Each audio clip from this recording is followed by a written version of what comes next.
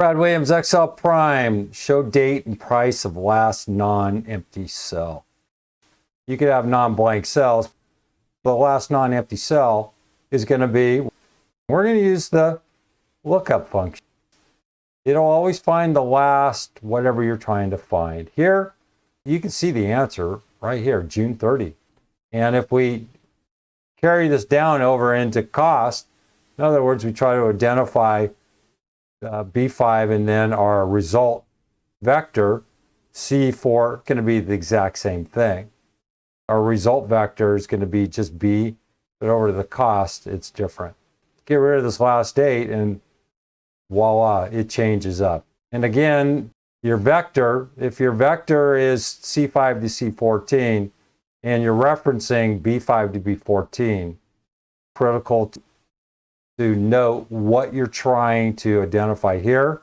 Because we're finding non-empty cell and you reference B5 to B14, trying to find the non-empty cell.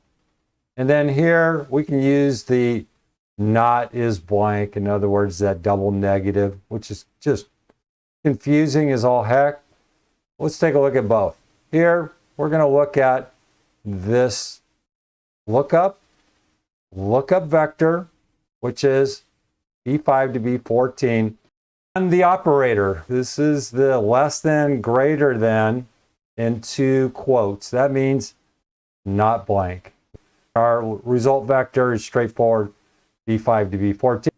This lookup vector, F9, is going to point to whatever that last number is. Whatever this last number, which is going to be 1, which is June 25th. Go over here, go down 1, you're going to see this lookup vector, F9. F9 is going to be the same thing.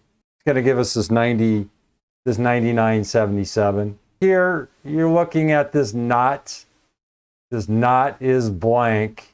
We're saying is blank. Find any is blanks. F9, false, false, false, true, false, false, false, false, false, true.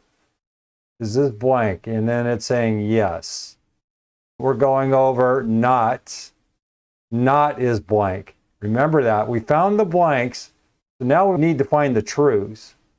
Here, our lookup vector is going to go F9. We're finding all the trues. What's the final outcome? It's going to be June 29. Here, notice I changed things up a bit. So our is blank, we're looking at C5, C14. That's why the answer is different. We're looking for the last, we're trying to look at the last non-empty cell. And here, there's a number here. And I said, be careful about your referencing. We're referencing C5 to C14, and our result vector is C5 to C14. Our last price is going to be 168, or the last non-empty cell. Mess around with this.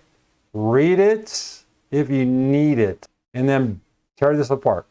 If this number 2 is bothering you, it's fully explained over here. Brad Williams, Excel Prime. Thanks for watching.